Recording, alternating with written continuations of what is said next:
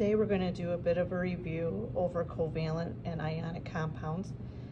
In our previous trimester, we learned about the differences between covalent and ionic compounds.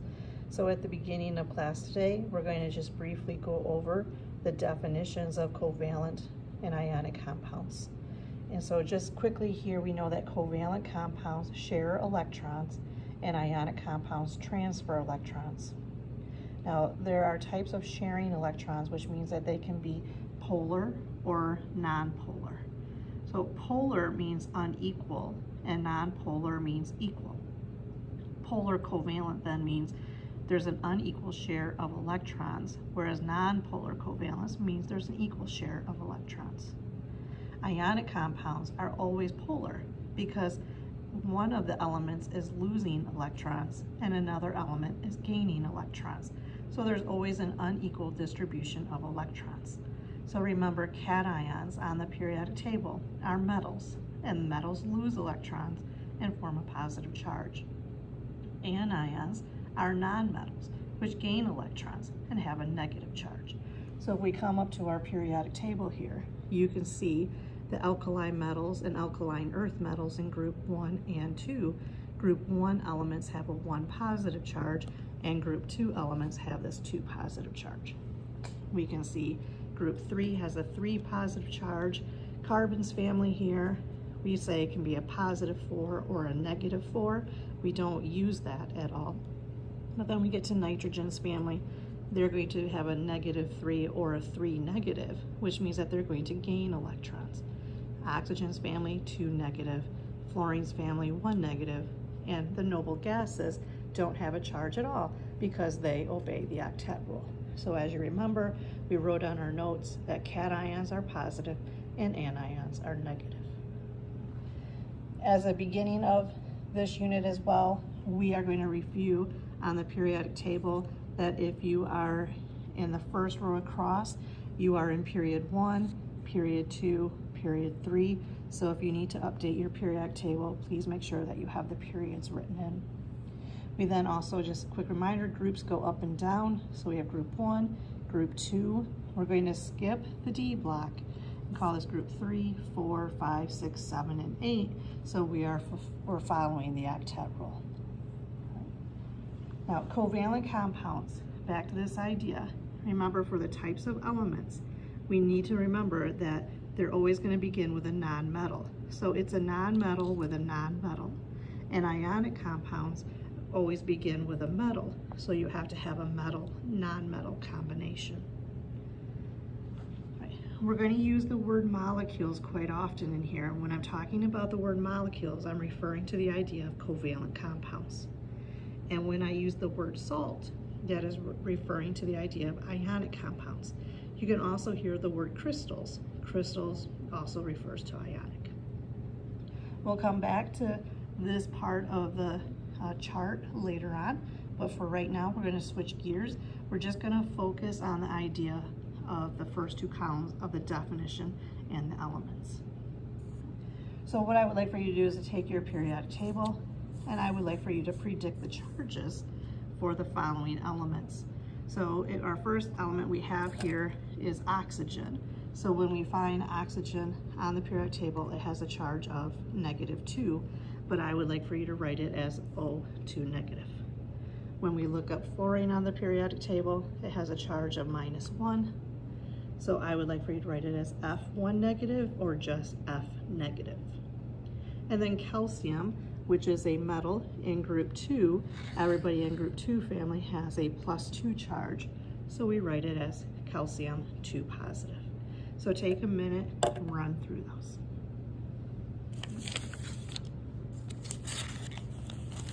What we're going to focus on next today is this naming, writing ionic compounds. So we're going to first start with the writing compounds, the bottom part of here, because we did this in our previous trimester, but I just want to make sure that we get these notes written down. Remember, we're looking at the ionic version here. In order to be ionic, you have to be a metal with a nonmetal. And when you're a metal, you are a cation. It means you're going to have some kind of positive charge, which means you're going to lose electrons. And the nonmetal will always have a negative charge, which is an anion. You're going to gain electrons.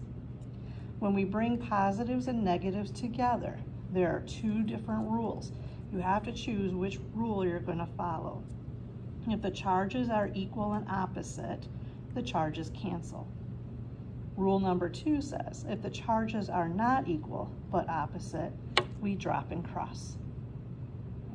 So if you take your textbook, we're going to go to page 207.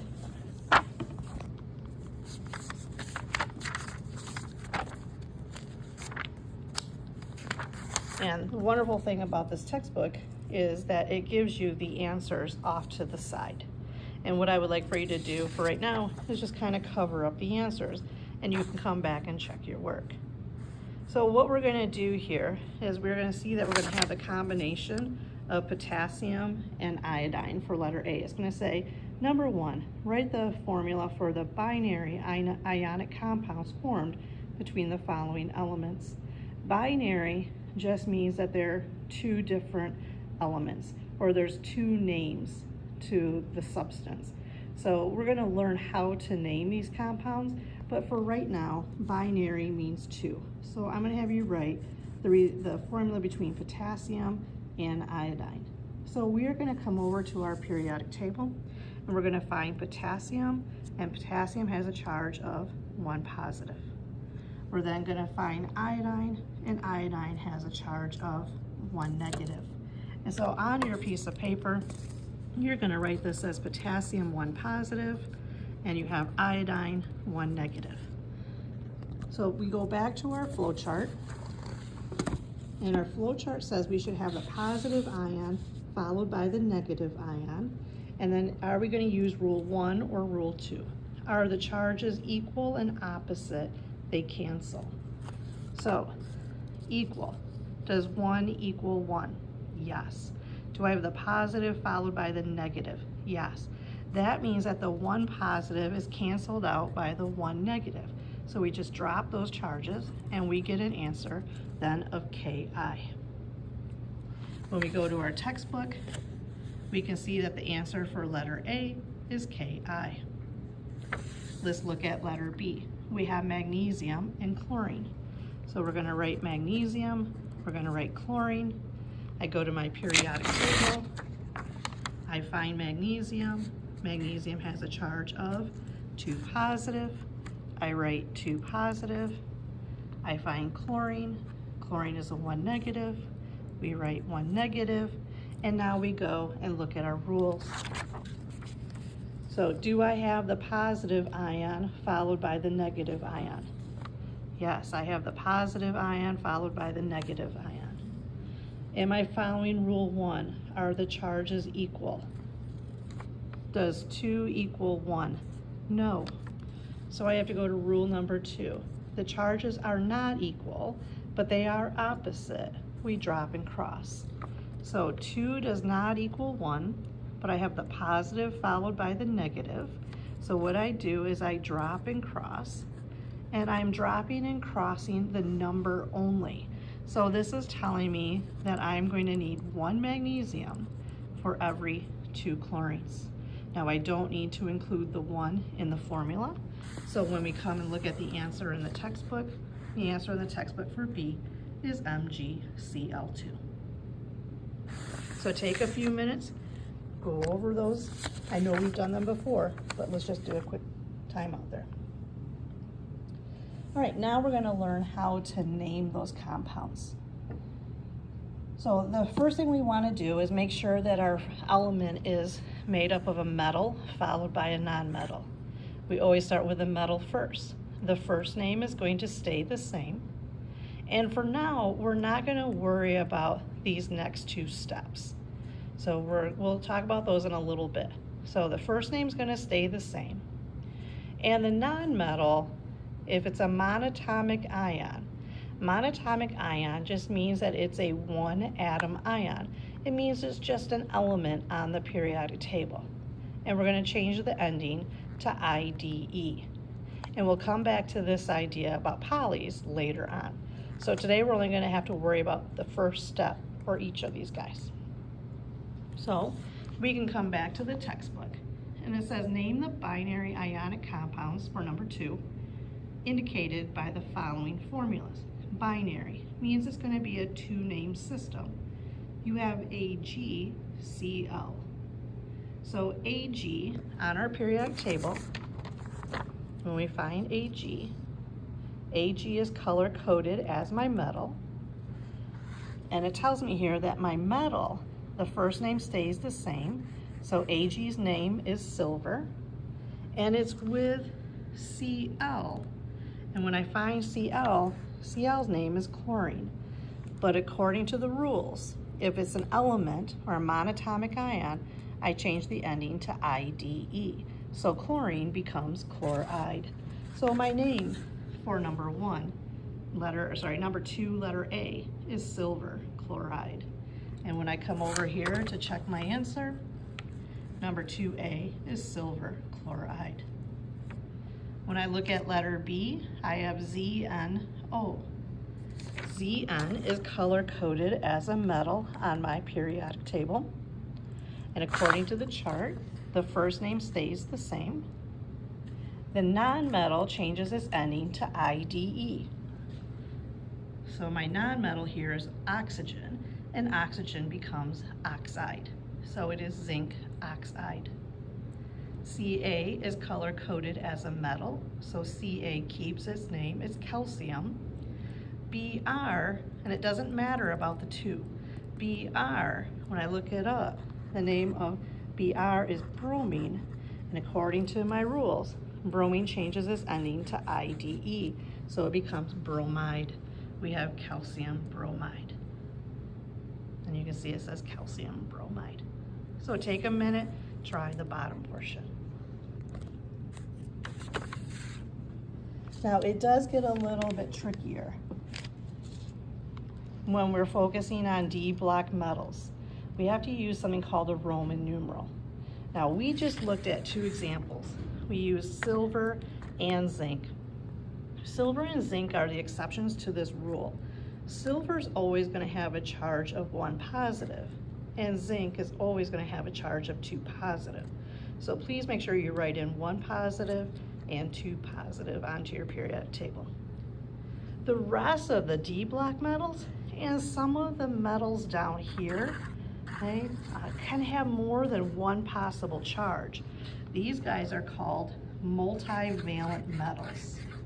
And you can see here, for example, iron can have a +2 charge or a +3 charge.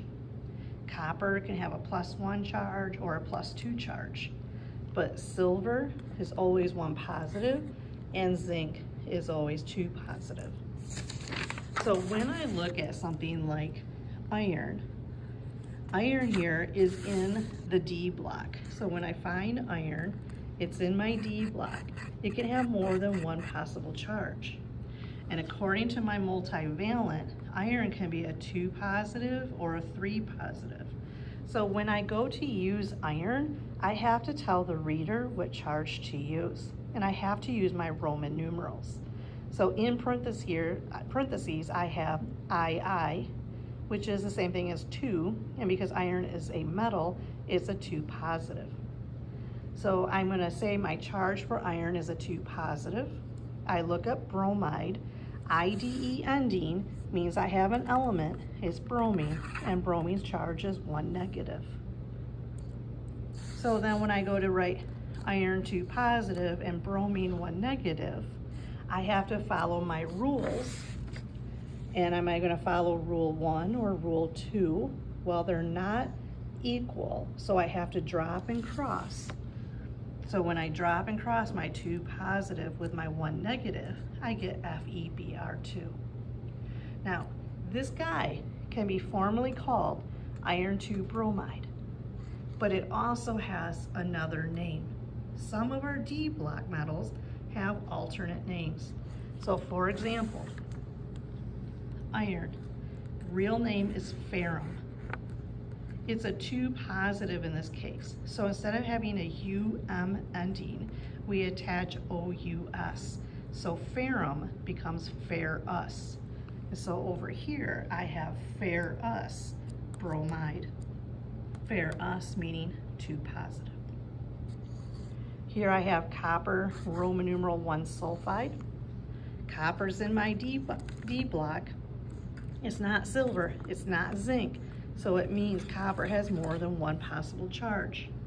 When I look down here, copper can be a +1 or a +2. So I'm telling you, you have to use it as a 1 positive. So we write it as copper 1 positive. We look up sulfide, IDE ending means it's an element. Sulfide is sulfur, and sulfur has a charge of 2 negative.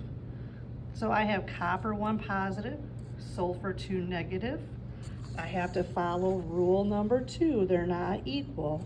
So we drop and cross, and we get Cu2S. It does have an alternate name. It's based on this 1 positive charge for copper.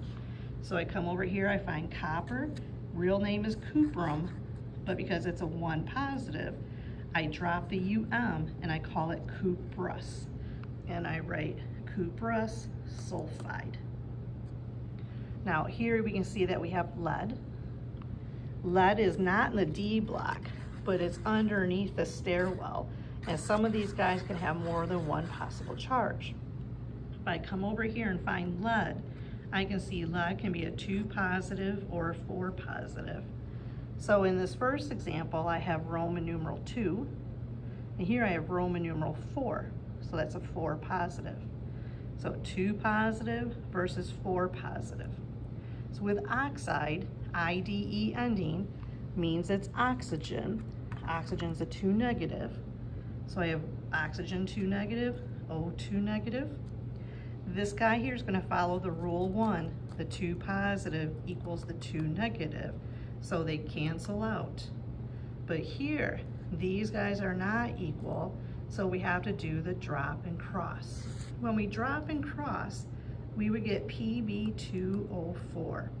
But the funny thing about ionic compounds is that they have to be written in low whole number ratio. So that 2, 4 has to reduce to 1, 2. So really the final formula is PbO2. Now they have 2 different names. Because lead here was a 2 positive, we come over here and we find lead. The real name for lead is plumbum. We drop the if it's a 2 positive, it's known as plumbus. And you can see that I wrote it as plumbus oxide. Here, this was lead as a 4 positive. Lead as a 4 positive has to have an IC ending, so it becomes plumbic. And we write it as plumbic oxide. Okay. Give the bottom 3 here a whirl.